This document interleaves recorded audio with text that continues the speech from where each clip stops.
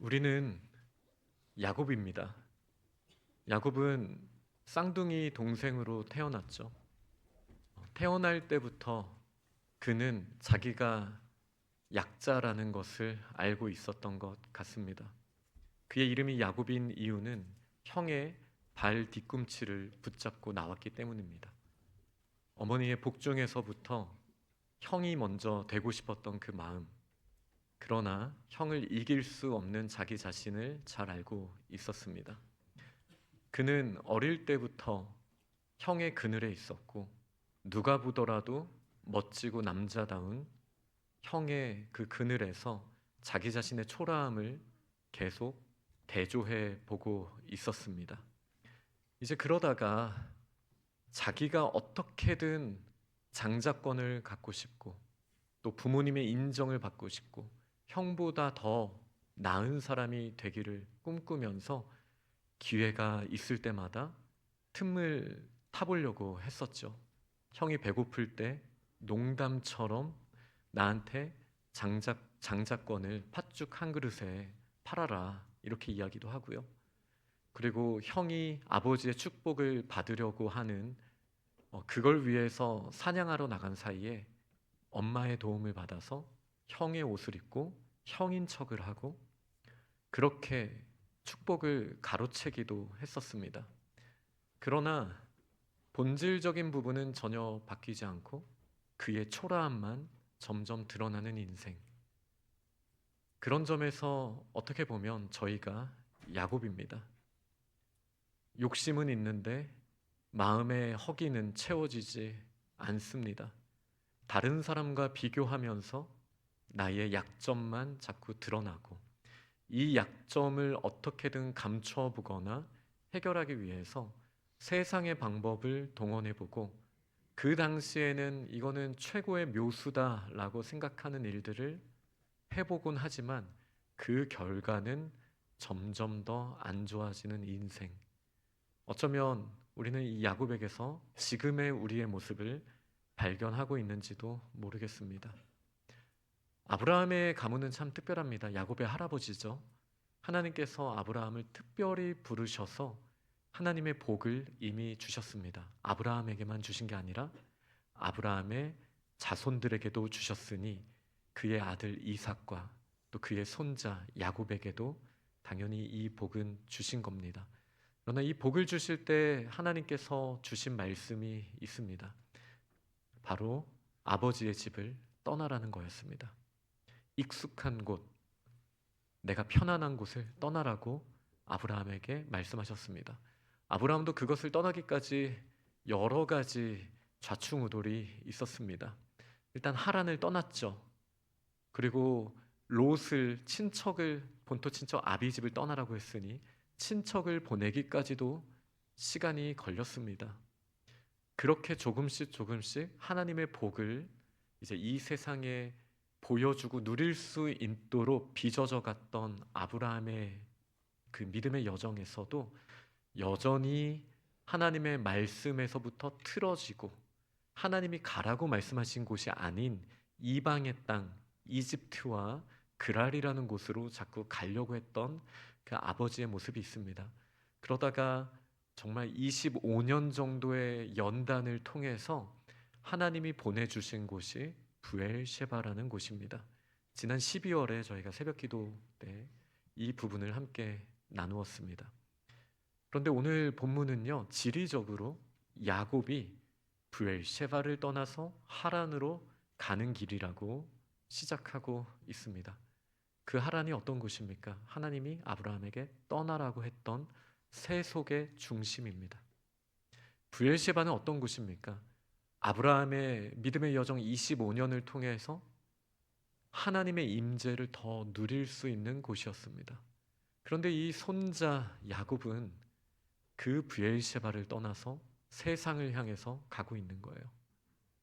이렇게 가게 된 이유는 너무나 명확했습니다. 바로 형 에서의 원수가 되었기 때문입니다. 가장 힘이 세고 사냥을 잘하는, 늘 형과 비교 대상이었고 형의 자리를 차지하고 싶었지만 대놓고 그럴 수 없었던 것은 형은 너무나 강력한 사람이었기 때문입니다. 그런데 이 한 번의 도전이 아버지의 축복을 형인 척 변장을 하고 대신 가로챘던 것이 형의 마음에 분노를 일으켰습니다. 그리고 형은 동생을 죽이기로 결정했습니다. 동생을 죽여야만 아버지가 하나님께 빈 복이 자기 자신에게 온다라고 믿었기 때문입니다. 그러니 단순한 감정의 문제가 아니라 인생의 목표가 야곱을 죽이는 게 되어버렸습니다. 야곱의 입장에서는 형을 누구보다도 더 잘 알고, 그리고 자기 자신이 형 앞에서 할 수 있는 게 없다라는 것을 가장 잘 알고 있었기에 그가 할 수 있는 방법은 형이 있는 곳, 비록 그곳이 하나님이 복을 주시는 곳이라 할지라도, 그리고 비록 그곳이 사랑하는 아버지와 어머니가 계신 곳이라 할지라도 그 브엘셰바를 떠나는 선택을 할 수밖에 없었습니다. 그는 그의 안에 너무나 커다란 허기짐이 있었기 때문에 계속 원하고 원했습니다. 그러나 그 결과가 무엇입니까? 그에게 남은 것이 아무것도 없었습니다. 그가 하란으로 도망치는 길에서 루스라는 곳에 이제 이르렀는데, 그곳에 그가 거할 수 있는 집도 없었고, 그가 풍성하게 가지고 온 물건들이 없었기 때문에 잠을 청하기 위해서 바닥에 있는 돌 하나를 눕히고 그것을 돌 베개 삼아서 잤다라고 오늘 성경은 말하고 있습니다. 모든 것을 움켜쥐고 싶었어요. 그런데 그의 손에 남은 것은 아무것도 없습니다. 마치 저는 야곱의 인생을 돌아보면 마치 창세기 11장의 바벨탑 사건이 늘 떠오릅니다. 자신의 이름을 높이고 자신의 힘을 드러내기 위해 사람들이 열심히 돌을 모아서 하나씩 쌓아 올립니다. 자기 자신을 지키는 성벽이 될 거라고 생각하고 또 다음 단계로 넘어가는 디딤돌이 될 거라고 생각하는 것이죠. 그리고 그 목표는 하늘입니다. 하나님께 닿고자 하는 마음으로 자신의 힘으로 열심히 건축을 했던 인생들, 그게 창세기 11장에 나오는 바벨탑의 사건에 나오는 내용이죠. 저는 야곱의 인생에서 바로 이 바벨탑을 쌓던 사람들의 모습이 겹쳐져서 보여집니다. 그러나 결국 사람들이 아무리 땅에서 건축을 한다 할지라도 어떻게 하나님의 보좌가 있는 그 하늘에 닿을 수 있겠습니까? 결국은 다 무너지게 되어 있습니다. 지금 야곱에게 남은 것은 그가 몇 층까지 쌓아 올렸던 상관없이 그 모든 건축이 무너지고 돌 하나 남은 상태, 완전 바닥에 누울 수밖에 없는, 침상도 없고 맨 땅에 맨 바닥에 자신의 몸을 누이고 그리고 돌베개 하나를 베고 있는 이 야곱의 모습은 처절한 그리고 철저한 실패를 보여준다 할 수 있습니다. 그리고 이때 야곱의 인생에 너무나 중요한 변화가 일어나게 됩니다. 저희도 마찬가지입니다. 잘못 쌓고 있는 성은 무너뜨리고 새로 시작하는 게 맞습니다. 우리가 지금 바닥을 치고 있다라고 생각한다면, 우리가 높이 올라가고자 탑을 쌓고 수직적으로 점점 더 높은 곳을 갈망하는 삶을 살았다라면 우리는 이 야곱처럼 넘어지고 무너지고 상실하는 고통을 많이 경험해 왔을 것입니다. 그리고 어쩌면 이 밑바닥에서 아무 침구류도 없이 땅바닥에 누워있는 이런 모습은 저희에게 익숙할 수 있습니다. 그런데 땅에 누워서 보면 하늘이 보입니다. 여기에 우리의 소망이 있습니다. 땅만 바라보고 땅의 것들만 사모하였던 우리네 인생, 하지만 절망이 찾아오고 더 이상 나의 손에서부터 어떠한 소망도 없다라는 게 느껴지고 나의 몸을 땅에 완전히 맡겨버릴 때 우리가 눈을 뜨면 하늘이 보입니다. 특별히 오늘 본문을 보면 하나님께서 야곱에게 꿈을 꾸게 하시고 하나님 나라의 놀라운 비밀을 보여주시는 장면이 나옵니다.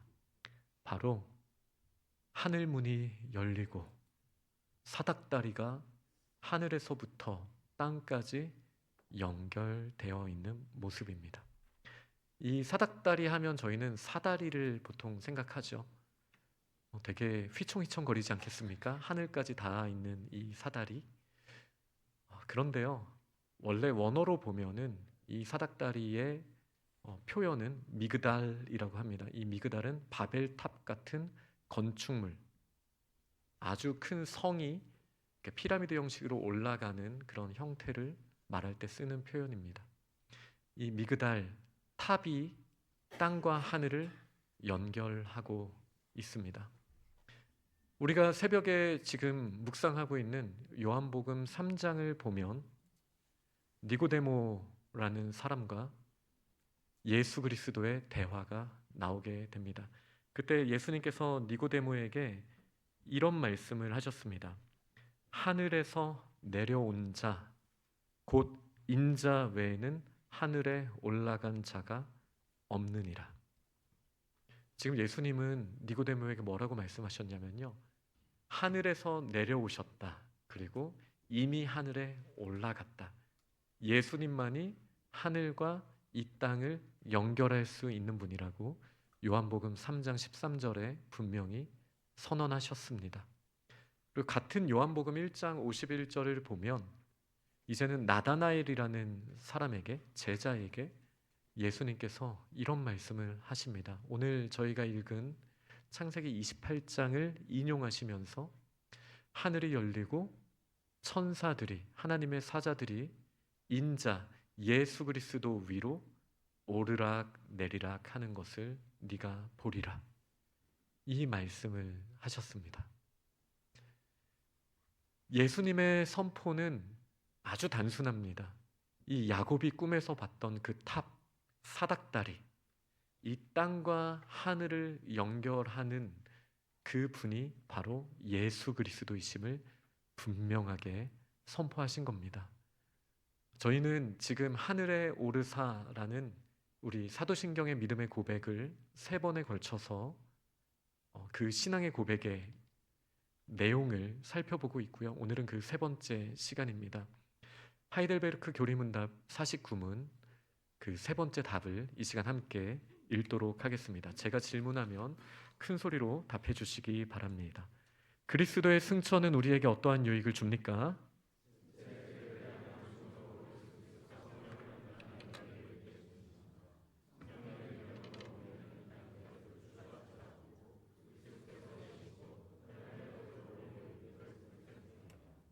아멘. 예수님께서 하늘 보좌 우편에 앉아 계십니다. 에베소서 1장의 표현으로는 우리의 머리가 되신 예수님, 우리는 예수님의 몸, 지체라고 말씀하시거든요. 근데 머리께서 하늘에 계시고 몸인 우리는 이 땅에 있는 거예요. 정말 거대한 거인의 모습을 그려볼 수 있는 것이죠. 그런데 그 머리로부터 공급되지 않는다라면 이 몸은 살아있는 것입니까? 아니죠. 그래서 에베소서, 골로새서는 우리 지체들이 마디마디마다 연결이 되어져야 되는데 예수 그리스도라는 머리로 말미암아 그 신령한 은혜를, 복을 공급받아야만 이 땅에서 하늘을 소유한 자답게 승리하는 삶을 살 수 있다라고 분명하게 말하고 있습니다. 예수님께서 하늘에 올라가신 이유는 하늘의 것을 이 땅에 있는 저희들에게 공급해 주시기 위함이십니다.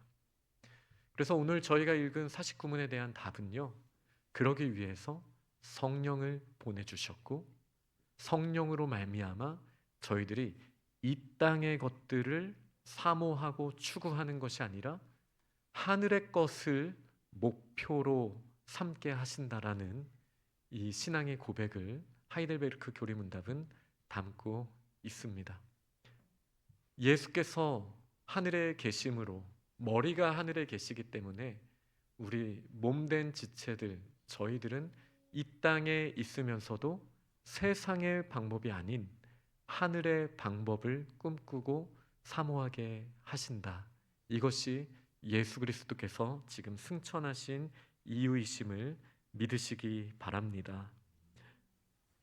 에베소서 1장 3절은 찬송하리로다. 그러면서 어떤 고백을 하냐면요, 우리 주 예수 그리스도로 말미암아 하늘의 신령한 복을 하나님께서 우리에게 주셨다라고 선포합니다. 지금 야곱이 꿈에서 보는 장면은 무엇입니까? 그 탑이 하나가 하늘까지 연결되어 있어요. 탑만 있는 게 아니라 그 탑 위로 하나님의 천사들이 오르락내리락 하고 있는 겁니다. 이 장면은 사실 요한계시록의 관점으로 한번 생각해 보면 이 천사를 성령님이라고 생각하면 조금 더 이해가 쉽습니다. 예수 그리스도로 연결된 하늘, 그리고 성령께서 예수 그리스도로 말미암아 저희들에게 주시는 하늘의 신령한 복을 이 땅에서도 누리시게 하셨다. 이거를 우리는 꼭 기억해야 됩니다. 신령한 복은 하늘에만 있는 것이 아닙니다. 야곱이 분명히 봤듯이 사닥다리가 연결이 되어져 있습니다. 그리고 성령을 보내셔서 하늘의 복, 하늘의 능력, 하늘의 지식을 이 땅으로도 넘치도록 부어주시고, 그래서 비록 이 땅을 밟고 서 있지만 우리는 하늘의 힘으로 이 세상에서 승리할 수 있다라는 것이 예수 그리스도의 승천을 바라보는 우리의 믿음의 고백이 되어야 합니다. 우리는 이 땅에 달라붙어 있죠. 이 땅에는 우리를 당기는 힘이 있습니다. 그걸 우리는 중력이라고 할 수 있겠습니다. A.W. 토저라는 목사님은 이렇게 말했습니다. 이 세상이 우리를 당기는 힘은 너무나 강력해서 우리는 탐심에 빠지고 이 세상의 정욕에 따라 채울 수 없는 것을 갈망하면서 마치 야곱이 그랬듯이 세상의 방법으로 살아가더라. 그런데 이제 성령님이 임하시면 어떠한 일이 일어나게 됩니까? 바로 그 세상의 중력을 끊어버리시고 그 무엇보다 가장 강력한 힘, 하늘에 계신 예수 그리스도의 당겨주시는 힘, 그 인력으로 연결해 주시는 분이 성령님이다라는 표현을 A.W. 토저라는 목사님이 책을 통해서 말을 했습니다. 정말 그러합니다. 우리가 이 땅에서 살고 있지만 중력이 전부라고 생각하는 삶을 살지만 우리에게 끌림이 있고 유혹이 오고 이럴 때마다 이거는 어쩔 수 없는 힘이야, 불가항력이야 라고 스스로에게 말할 때가 많지만 부활하신 예수 그리스도와 연결되어 있다라면, 그리고 보내주신 성령님을 사모하는 마음을 갖는다라면, 그리고 골로새서 1장 3절의 말씀처럼 우리가 부활하신 예수 그리스도와 연결되었기에 위의 것을 사모하기만 한다라면, 다시 말해 하늘을 바라보기만 한다라면, 이제는 땅의 힘이 아니라 저 높은 보좌에 먼저 올라가셔서 그 강력한 힘으로, 중력으로, 인력으로, 예수 그리스도의 그 우리가 상상도 할 수 없는 그 질량으로 우리를 당기시는 그 하나님의 독생자의 그 놀라운 힘으로 말미암아 이 땅에서도 하늘의 것을 공급받고 그 능력을 누리는 저희들이 됨을 믿으시기 바랍니다. 이것이 예수 그리스도께서 하늘로 올라가신 이유입니다. 하이델베르크 교리문답 51문을 함께 나누겠습니다. 제가 질문하면 첫째, 둘째를 다 읽어주십시오. 우리의 머리이신 그리스도의 그러한 영광이 우리에게 주는 유익은 무엇입니까?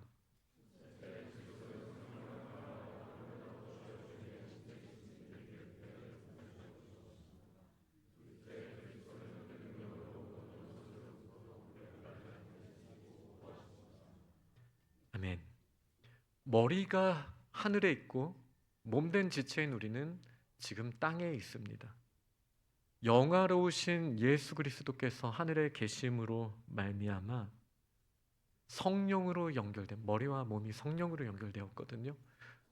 성령으로 연결된 저희는 이제 하늘의 능력을 이미 받았습니다. 에베소서 1장을 저희 여전도의 성경 공부에서 이번 학기에 또 에베소서를 묵상하시고, 또 작불은 지난 가을 학기 때 에베소서를 묵상하시지 않았습니까? 에베소서 1장 말씀을 보면은 저희의 흔한 오해에 대해서 분명하게 말씀하십니다. 흔한 오해가 무엇입니까? 하나님이 나를 덜 사랑하셔서 내가 힘들어.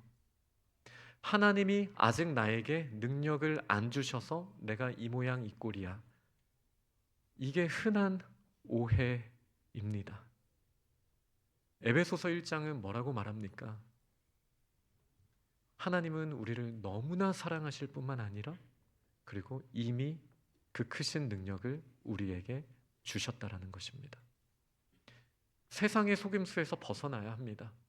야곱처럼요. 세상은 우리를 속여요. 네가 탑을 잘 쌓으면 하나님이 널 사랑해 주실 거야. 네가 조금만 더 노력하고 형에게서부터 장자권만 뺏어올 수 있으면 너는 이 땅에서 복을 누릴 수 있어 라고 세상은 우리를 속일 수 있습니다. 그런데 사실은 무엇입니까? 우리가 하늘에 닿을 수 있는 유일한 근거가 무엇입니까? 하늘에서 내려오시고 하늘로 올라가실 수 있는 유일한 분은 예수 그리스도밖에 없다. 아까 요한복음 3장 말씀을 나눴죠. 우리가 예수 그리스도를 믿는다라는 것은 이미 그분께 연결된 것이고, 우리가 하늘의 것을 누릴 수 있는 것은 나의 성정에 달린 것이 아니고 나의 성취에 달린 것도 아닙니다. 나의 성격에 달린 것도 아닙니다. 누구든지 예수 그리스도 안에 있으면 이미 머리 대신 예수 그리스도로 말미암아 하나님께서 허락하셨고 이미 성령으로 말미암아 확증해 주신 부르심의 소망과 영광의 기업의 풍성함과 그 하나님의 능력의 위대하신 크기를 이미 우리에게 주셨다라는 것을 알아야 되는 겁니다. 이게 가장 큰 속임수를 이기는 방법입니다. 하나님이 우리에게 능력을 주시지 않은 게 아닙니다. 왜죠? 그 능력은 예수 그리스도로부터 말미암는 거예요. 원래 그런 거예요. 저희가 예수 그리스도를 믿고 예수 그리스도를 의지하는 순간 우리의 머리에게 허락된 그 모든 영광과 능력의 풍성함은 이미 우리에게 허락해 주신 능력이에요. 그래서 사도 바울은 에베소서 1장의 기도를 통해서 하나님 그들에게 능력을 주세요. 하나님 그들에게 사랑을 더 주세요라고 기도하지 않고 하나님 그들이 하나님을 더 알게 해주세요. 그래서 그 부르심의 소망의 크기를 알게 해주시고 영광의 기업의 풍성함이 어떠한지도 알게 해주시고 하나님이 이미 허락하신 그 능력의 위대함도 알게 해주세요. 알게 해달라는 기도예요. 우리한테 안 주셨다라는 게 아니에요. 야곱을 생각해 볼까요? 야곱이 땅의 기준으로 자신을 형이랑 비교하니까 나는 복을 안 받았다라고 생각해요. 그러나 그들이 어머니의 복중에 있을 때부터 하나님은 이미 내가 자격 없는 야곱을 택하였다 말씀하시지 않았습니까? 그리고 이 말씀을 엄마는 또 야곱을 편애했잖아요. 리브가는 야곱에게 말을 안 해줬을 리가 없잖아요. 머리로는 들었어요. 하나님이 나에게 복을 주셨다. 사실 창세기 1장을 보면요, 하나님께서 말씀하시면 바로 이루어진 겁니다. 하나님께서 야곱에게 복중에 있을 때 내가 야곱에게 복을 주었다 라고 말씀하시면 이미 이루어진 거예요. 그 능력은 야곱 안에 이미 있습니다. 근데 문제는 뭐예요? 야곱은 하늘을 바라보지 않고 하나님의 약속을 바라보지 않고 하나님과의 관계를 바라보지 않고 세상을 보면서 에서와 나를 비교하고 에서 것을 뺏으려고 하는 관심만 가지고 있었지, 하나님이 이미 그에게 그 약속과 자격과 능력을 주셨다라는 것을 야곱은 알지 못했어요. 저는 지금 저희들의 삶을 도전합니다. 우리가 때로는 괜찮은 것처럼 보여지죠. 그리고 우리의 나름대로의 경험으로 이 세상에서 괜찮게 살 수 있는 것처럼 느껴집니다. 그러나 그렇게 살다 보면 결국 이 세상에 더 큰 장애물을 만났을 때 우리는 지금 야곱처럼 하란으로 도망칠 수밖에 없는 신세가 될 수밖에 없습니다. 전혀 다른 시야를 가져야 합니다. 우리는 이 땅을 밟고 있지만 우리의 머리가 하늘에 있습니다. 하늘의 공급하심 없이, 하늘의 능력 없이 이 땅을 살아가고 있다라면 우리는 더 불쌍한 사람입니다. 세상의 지혜만 파도 세상에서 나름대로 세상 기준으로 성공하기 쉽지 않을 텐데, 부분적으로 하늘의 정체성을 가지고 그런데 아주 많은 부분은 세상의 방법으로 살아간다라면 이도 저도 아닌 하나님께 영광을 돌릴 수도 없고 세상의 방법으로 넘어지는 존재가 야곱처럼 되지 않겠습니까? 저는 이 시간 간절히 소망합니다. 만유의 주이신 우리 주 아브라함의 하나님, 이삭의 하나님, 야곱의 하나님, 여호와 하나님께서 이 시간 우리의 마음의 눈을 열어주시고 하늘을 바라보게 하시고 위의 것들을 사모하게 하셔서 이미 우리에게 허락하신 하늘의 신령한 복으로 이 땅에서 승리하는 삶을 사는 우리들이 되게 하실 줄 믿습니다. 그렇게 간절히 사모합니다.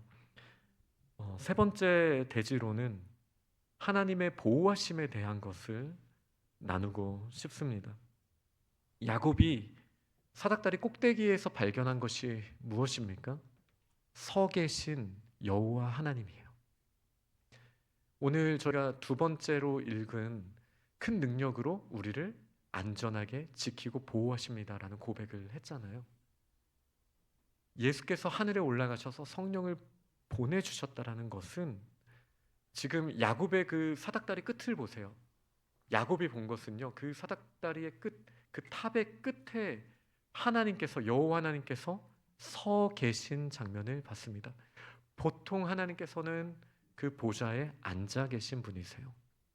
근데 지금 서서 야곱을 보고 있으신 거예요. 보호하시겠다라는 의지를 보여주신 거예요. 어떠한 어려움이 있을지라도 야곱을 보호해 주시겠다라고 약속하십니다. 어떻게요? 하늘의 능력으로요. 물론 이 기대치가 우리와 좀 다를 수 있습니다. 우리는 시야가 좁아서 이 세상의 것만이 전부라고 생각을 합니다. 당장 아프지 않아야 된다라고 생각하고 당장 좋은 게 있어야 되고 당장 다 누려야 된다라고 생각합니다. 그러나 우리의 인생을 잘 돌아보면 거두기 위해서 심어야 되는 시기가 있고요. 아프지 않기 위하여 예방주사를 맞아야 되는 시기가 있죠. 우리의 하나님께 기대하는 보호하심이 예방주사의 고통도 없고 이 땅에서 모든 순간 행복할 거고 다치지도 않을 거고 항상 괜찮을 거다라는 말씀은 당연히 아니죠. 이 땅에서도 하나님은 보호하십니다. 그 보호하심은 때로는 연단의 과정으로 드러나기도 하죠. 우리에게 여러 가지 어려움 가운데에도 하나님께서는 함께 하시고 보호하시며 우리를 그보다 더 위대한 하나님의 능력으로 하늘의 복으로 이 세상에서의 일들을 감당할 수 있도록 우리를 보호하시는 건 맞습니다. 그러나 우리는 더 눈을 들어봐야 합니다. 마치 한 알의 밀알이 이 땅에서 썩어지고 나서 그 다음에 30배, 60배, 100배의 소출을 얻듯이 우리 모든 인생은 반드시 이 세상에서 죽게 됩니다. 그러나 하나님의 보호하심은 여기서 끝이 아니죠. 이 썩어서 묻혀진 존재가 영원한 곳에서 영원한 생명으로 그 영원에 어울리는 영광의 품격으로 다시 부활하도록 성령께서 우리에게 새로운 힘을 공급하여 주시고, 하나님의 보호하심은 이제 새하늘과 새 땅의 기준으로는 그 어떤 머리카락 하나도 우리가 상하지 않게 되는 하나님의 보호하심을 영원히 누리게 되는 약속이기도 합니다. 그러니 이 약속은 이 땅에서의 연단과 영원한 세상에서의 보장이라고 할 수 있습니다. 이것이 우리를 보호하시기를 원하시는 하나님의 고백입니다.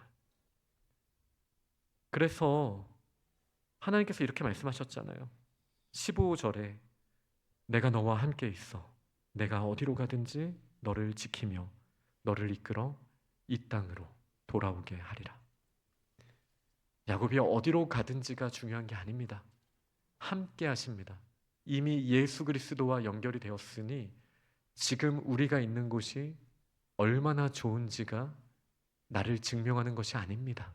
그건 야곱 인생 평생의 숙제였어요. 형과 자신을 비교하면서 나는 장자권을 받지 않은 게 맞아. 자기 자신을 보면서 그걸 생각했거든요. 그런데 이제 우리는 하늘과 이 땅을 연결하는 예수 그리스도의 십자가를 보고 우리의 영혼에 선포해야 됩니다.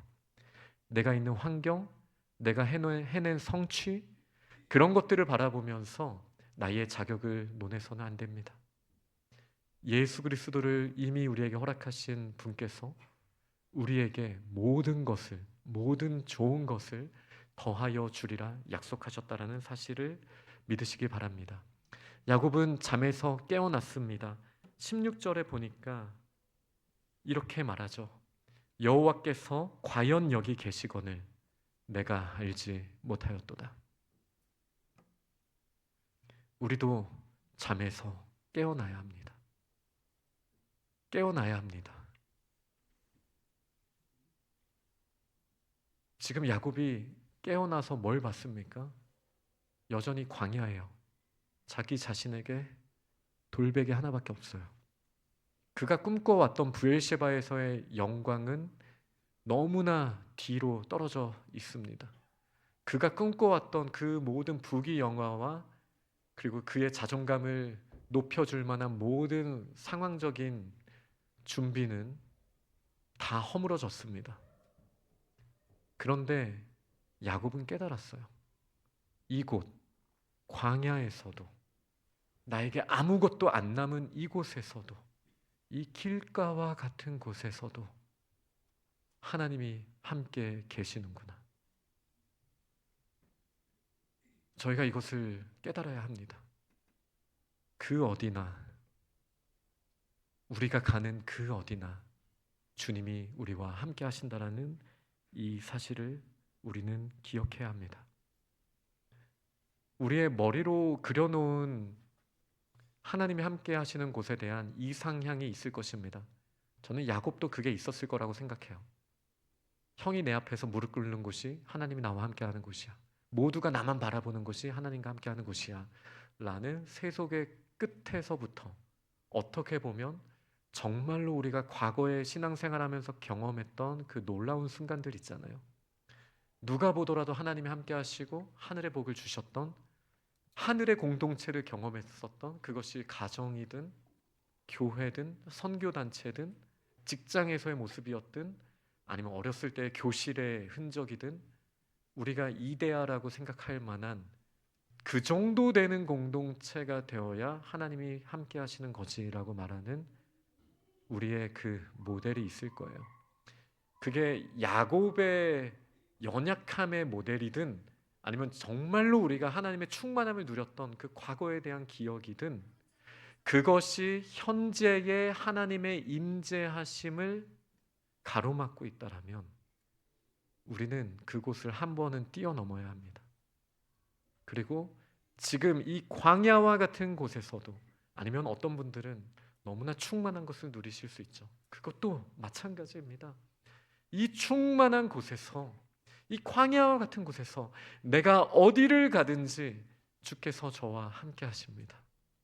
이전에는 제가 어디로 가서 노력해야만 하늘에 닿을 줄 알았고 하나님의 복을 누릴 줄 알았는데 하나님이 그게 아니다라고 말씀하셨으니 예수 그리스도를 우리에게 보내주셔서 하늘과 이 땅을 연결해 주셨고, 그렇기에 어디로 가든지 내가 너와 함께하리라 말씀하셨으니 이제는 제가 어디로 가든지 하늘의 것을 바라보겠습니다.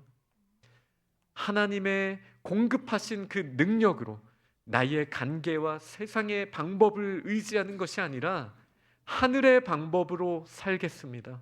하늘의 것을 꿈꾸겠습니다. 나의 힘이 아닌 성령의 은사를 붙들고 나아가겠습니다.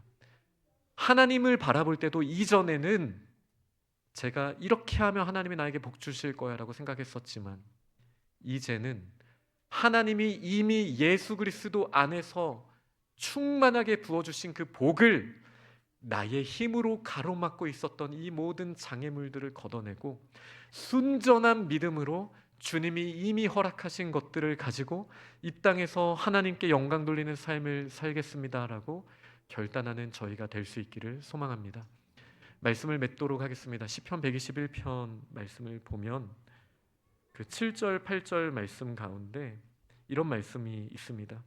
여호와께서 너를 지켜 모든 환난을 면하게 하시며 또 내 영혼을 지키시리로다. 여호와께서 너의 출입을 지금부터 영원까지 지키시리로다. 야곱에게 주신 말씀이에요. 그리고 지금 저희에게 주신 말씀이에요. 환난을 안 보낼 거다라고 말씀하시지 않고요. 우리가 가는 길 가운데 환난은 있겠지만 모든 환난에서부터 반드시 너를 지킬 거다 약속하셨어요. 우리는 이해할 수 없어요. 그런데 나중에 창세기를 지금 28장을 봤잖아요. 32장에서 매듭이 한번 지어지고 35장에서 완전 매듭이 지어져요. 이 32장에서 그러니까 28, 32, 35가 야곱의 인생의 그 세 번의 점프한 장면이라고 저는 생각해요. 이 모든 과정에서 어마어마한 환난들이 기다리고 있습니다. 마치 아브라함에게 그랬던 것처럼요. 그런데요, 이 환난이 야곱을 어떻게 만듭니까? 엄청난 믿음의 사람으로 만드는 거예요. 그렇다면 정말 환난이 나쁜 겁니까? 그 말 있잖아요. 땅이 너무 좋으면 나무가 뿌리를 깊이 내리지 않고도 쭉쭉 자라는 거예요. 막 저희 캐나다나 아니면 미국에서도 숲에 가보면 너무 놀랄 만한 크기의 나무들이 있잖아요. 그런데 왜 이렇게 그런 크기의 나무들이 쓰러진 나무들이 많아요? 왜요? 이 북미가 토양이 그렇게 좋다며요.